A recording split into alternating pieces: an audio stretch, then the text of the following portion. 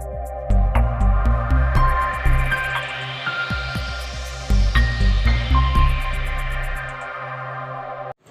Morning बच्चों, आज हम एक पार्ट नंबर 16 शुरू करेंगे जिसका नाम है जल एक बहुमूल्य संसाधन।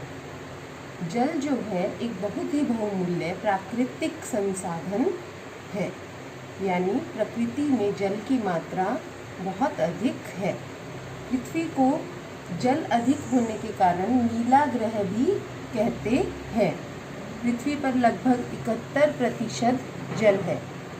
ये जल कहाँ कहाँ स्थित है? समुद्रों में, महासागरों में, नदियों में, तालों में।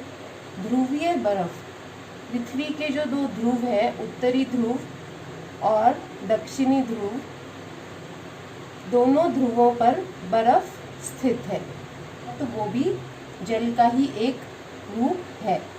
भौम जल, भूमि के नीचे जो जल है उसे हम भौम जल कहते हैं, और वायुमंडल में वाष्प के रूप में जल जो है स्थित है। अधिकतर जल लेकिन लवण युक्त है, यानी उसमें बहुत अधिक लवण है और वो मानव के उपयोग के लिए उपयुक्त नहीं है।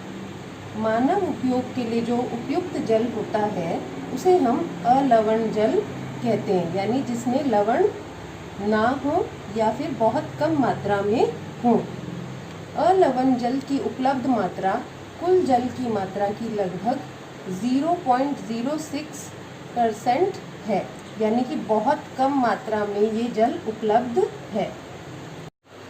जल जो है पृथ्वी पर, हालांकि ये बहुत कम मात्रा में है, फिर भी ये तीनों अवस्थाओं में पाया जाता है, जैसे ठोस, बर्फ और हिम के रूप में पृथ्वी के ध्रुवों पर, बर्फ से ढके हुए पर्वत तथा हिमनदों और ग्लेशियरों पर।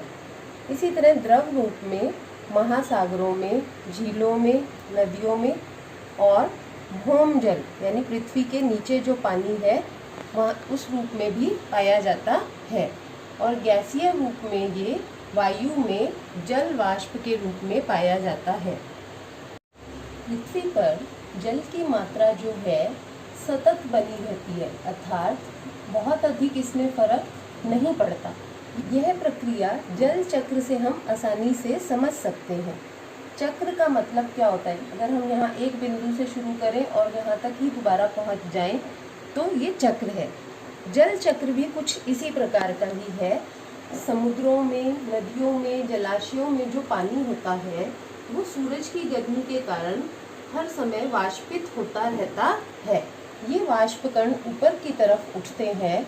इसी प्रकार पेड़ों में भी वाष्पोत्सर्जन की प्रक्रिया, पत्तियों से अधिक मात्रा में जो जल है वो वाष्पोत्सर्जन प्रक्रिया द्वारा ऊपर की तरफ वायुमंडल में जाता है। ये वाष्प कण ऊपर इकट्ठे होकर, कौन सी प्रक्रिया है ये? संघनन। ऊपर इकट्ठे हो जाते हैं और संघनित हो जाते हैं और बादल बनते हैं। ये बादल जब बन जाते हैं और अधिक मात्रा में संघनित वाष्पकण जो होते हैं वो वर्षा के रूप में पृथ्वी पर पुनः आ जाते हैं, और ये जल जो है पृथ्वी की सतहों से रिस कर अंदर चला जाता है। इस प्रक्रिया को अंतः संयदन कहते हैं। तो इस प्रकार आपने देखा कि जल जो है पहले नीचे से ऊपर की तरफ गया, बादलों से पुनः पृथ्वी पर आ जाता है। लेकिन फिर भी हमें याद रखना चाहिए कि पृथ्वी पर जल की मात्रा, अलवण जल की मात्रा बहुत कम है और हमें इसका सावधानी पूर्वक उपयोग करना चाहिए।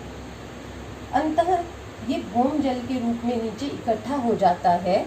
भौम जल का इस्तेमाल हम हैंडपंप, सबमर्सिबल, ट्यूबवेल के द्वारा करते हैं। Thank you.